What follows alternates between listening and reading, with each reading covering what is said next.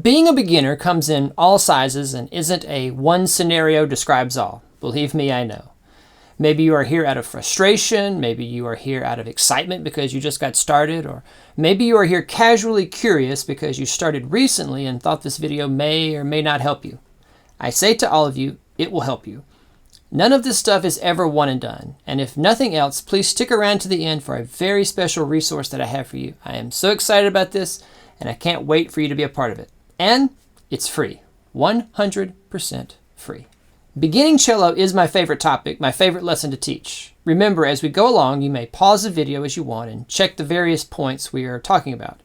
If we were together, I would be checking this stuff to make sure it's all correct. Since we are across the digital divide here, it is up to you to self-check to make sure everything is as it should be. Don't feel like you have to do it all at once. This is, after all, video, and the wonderful thing is that you can do as much as you like and come back for the rest later. Learning is circular. You have to keep coming back and circling around to this stuff again and again. This is what makes playing music so unique and so awesome, and why I still love playing cello after 35 years. It just keeps on being new all the time, and it's wonderful. Use a mirror or your device camera as needed, or have someone come and be an outside observer, which is always helpful and most efficient. Ready? Here we go. The first thing every beginner needs to make sure of before they hold a bow or pluck a note is proper positioning and seating at the cello. And the first thing to do before grabbing the cello is to make sure you have a proper chair to sit in. The chair should be flat. It can be padded or hard surface so long as it's flat and doesn't sink in too much. It should also be tall enough to put your hips at least even with your knees, and slightly above your knees is even better. If you don't have anything that fits the description, a cushion is a great addition to help you sit properly. Now that you have the correct height and kind of chair, you need to hold the cello correctly. And just a note, proper posture and seating go hand in hand with proper cello size. You can't talk about one without talking about the other, so keep that in mind as we go through this. First, let the end pin out and you can just make a rough guess. Don't worry, you will be adjusting it soon. Sitting up nice and tall and straight, the cello should hit you at 3 points of contact: knee, knee, and chest. And simultaneously, the pegs should be behind your neck. The pegs should never be poking you. The real trick of cello positioning is to have all of these at the same time. Peg behind you, knee, knee, chest. Don't forget the cello hug to check yourself. If you have the right kind of chair and you are finding it difficult to get the cello into position, adjust the length of the end pin as needed. If you are adjusting the end pin back and forth as well as adjusting the cello itself up and down and are still finding it difficult to get the cello to the 3 points of contact and the pegs in the right relation to you, you may have the wrong size cello. If you need a deep dive into this, I have a whole video about cello sizing. Again, the title could just as easily be proper cello position. They are really the same discussion, so be sure and check that out if you need more help, and I also have a video dedicated to end pin length. Once you have the right size cello and have it in the correct position and have had a few practices getting the end pin to the correct length, the next thing you'll want to make sure of is that the cello is in tune. The notes that we tune the open strings to are A, D, G, and C. I always suggest beginners use an electronic tuner either on their phone or tablet, or have a dedicated tuner. Again, if you need a deep dive on tuning, I have a video dedicated to teaching you how to tune, so check that out for more help. The next thing to get in place is your right hand for plucking the strings. This is what we call pizzicato. The hand goes here, anchoring the thumb to the fingerboard, and you pluck with the index finger. This is how I was taught, and I still do it this way to this day.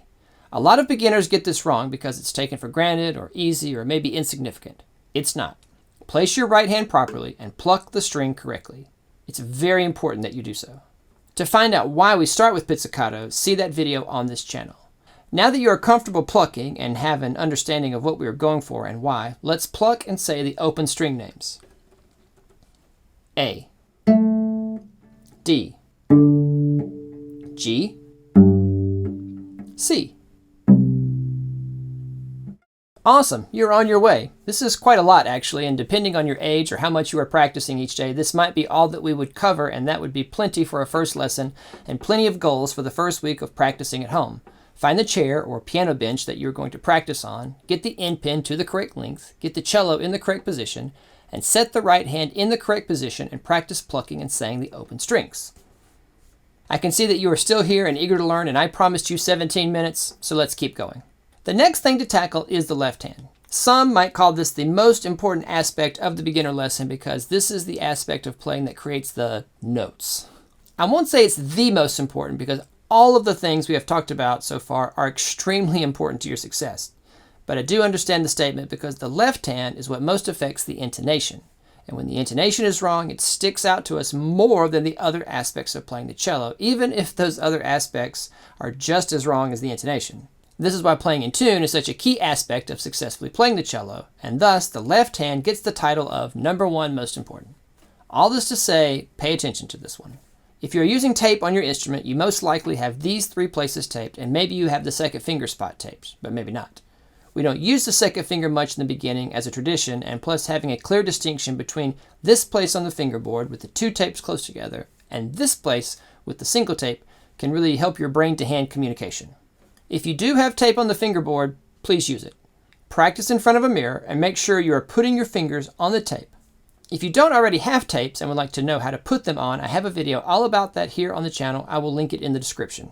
So if you need to pause and go do that, go for it. Otherwise, let's keep going. Always make sure that the left-hand fingers are staying arched and rounded. They should never be at extremes, either very straight or very curved with lots of tension. Just as important is what to do with your thumb. This can make or break your success, so make sure that you are getting this right. The thumb should be rounded and should be behind the second finger. I like to say east-west is negotiable, but north-south is not negotiable. It must stay down here behind the second finger at least, and sometimes farther down if you are really having to stretch to reach an extension. Also very important to the success of your left hand shape is your elbow height. You have to support the left hand in order for it to maintain the proper posture and position at the cello. The elbow height is negotiable. There is no one-size-fits-all solution, but it is a must that you find the proper height for your left hand. This whole topic about the left hand and the relationship to the elbow and arm is one that you will have to review many times. Be sure and check out this playlist as often as you need to get extra help, and I will also link it in the description. Once you have the hands set and feel comfortable getting the left hand fingers to the correct places on the fingerboard, it's time to play a note. We're going to start with hot cross buns because that gives us just two notes and an open string to deal with, and two tapes or two places on the fingerboard to deal with. We start with pizzicato because the pizzicato is much less forgiving than playing with the bow when it comes to getting the strings down with your left hand fingers. Why is less forgiving better? It has to do with the sound, with the tone production. With the bow, as a beginner, it is easy for your ears to be tricked into thinking that the sound is correct and that your left-hand fingers are down all the way. In order to get any kind of decent tone plucking, the strings must be pressed down far enough with the left-hand fingers. Pluck the string and listen for a clear tone.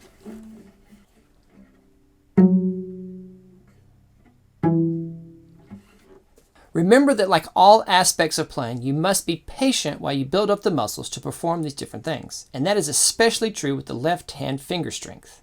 So here we go.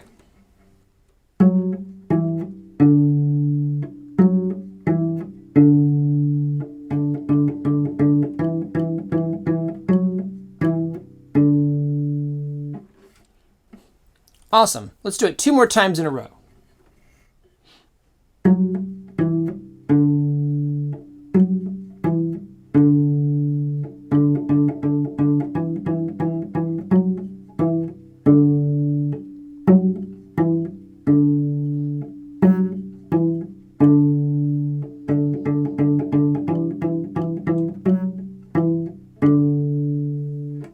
Hot cross buns is also great to start with because it begins with a descending pattern, meaning the notes go down in pitch.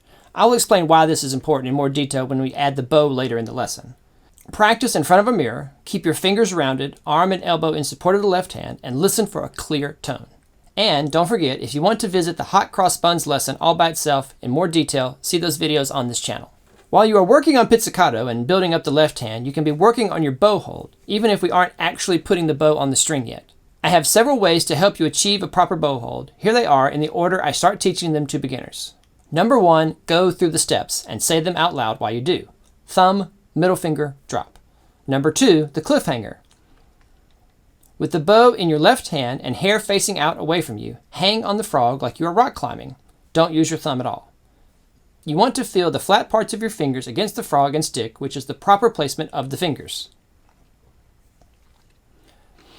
Number 3, the hand hang. Holding the bow in your left hand, hang your right hand in a completely relaxed and drop position in the path of the bow, and place the bow in the right hand fingers while the hand is hanging. This teaches you the proper placement of the fingers and the proper angle of the hand while holding the bow. The real trick with any of these is to maintain them while you are playing. It is easy enough to find the bow hold and put your fingers in the correct place. The mistake that beginners make is not stopping to fix the hand and fingers when they move around on the bow. You have to stop a lot and go through the steps of finding the bow hold, and the constant stopping and starting is the real challenge. That aspect is much harder than the actual finding of the bow hold. Like everything else in this beginner lesson, if you need a deep dive with more detailed info, check out the links in the description and be sure to stick around to the end for that very special resource. Okay, we have our bow hold and we have an understanding of how the left hand fingers need to go down on the fingerboard.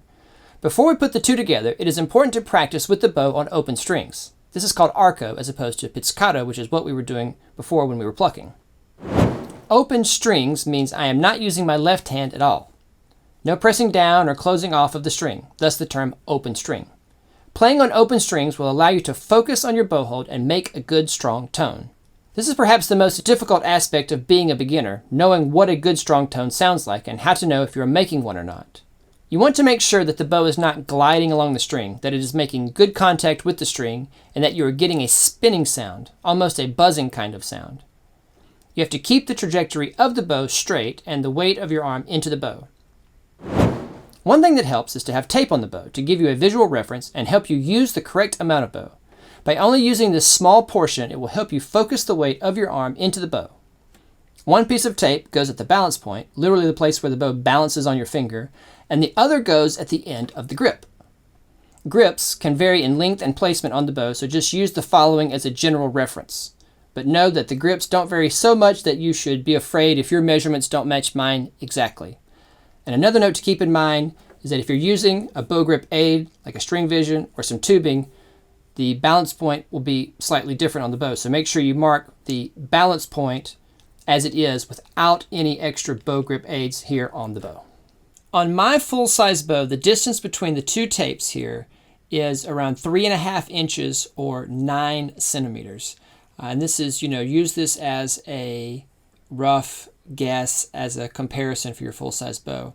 And it will be different for fractional size instruments and fractional size bows. And I'll link up a guide down in the description, because when it comes to 3/4 and half size and quarter size, you can't just do some straight math based on those names. So see that guide down in the description. Like I said, these are all approximate references, but will help you get started with putting the tape on correctly. Let's use our hot cross buns rhythm since we know that from earlier, and we will stay on the D string. Here we go.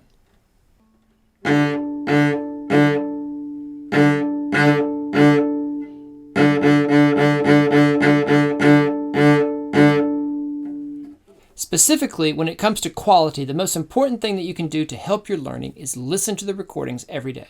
Having the constant example of good tone in your ears will help you to know if you are making a good tone yourself.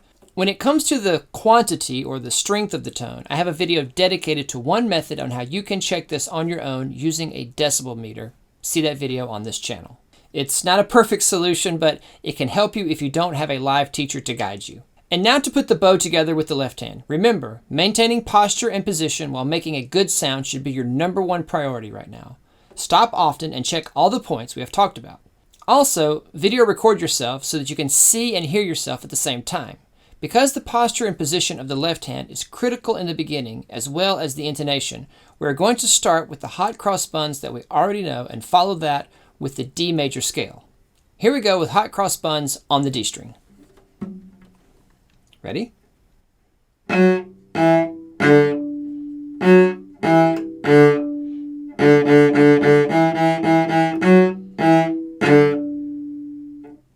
Awesome. Let's do it 2 more times in a row.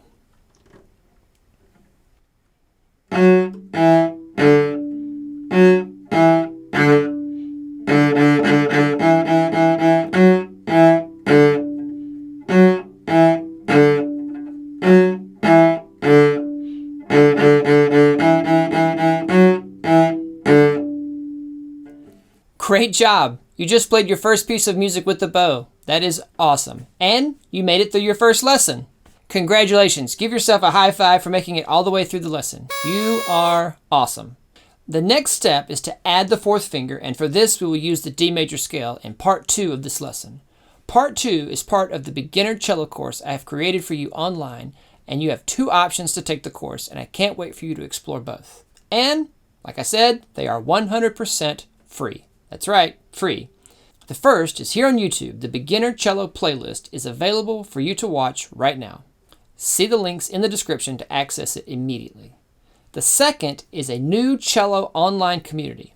I know this was an action-packed lesson with tons of great info, and some of it might have been overwhelming or some of it may have been easy, and you would like even more structure to your learning, more direction. In either case, I have taken the entire 4-week beginner cello playlist and put it in the form of a course. It's all there and walks you through all of this step by step and has everything laid out, including visual quick reference guides that are going to save you tons of time, as well as practice loops that are going to save you tons of time. It's all there, and there's even an app you can download and use to take the course. In 4 weeks, this course will take you from being a complete beginner to playing one of the great melodies in all of classical music. And you will get all of it for one low price. That one low price being $0. That's as low as you can get, so I hope it's acceptable to you. Additionally, for that one low price, you will get access to a very unique community of cellists that rewards you for your participation. Unlimited access to cello courses, a community to interact with and learn from, direct access to me and my experiences, rewards for participating and building the community. It sounds too good to be true, but I promise it's all there. To find out all about it, click the link in the description. If you do want to support this work and continue to help make these courses and videos free to everyone here online, there's a link to my Patreon page in the description. Thank you for your support. And thanks for watching. I will see you inside the Cello Online School.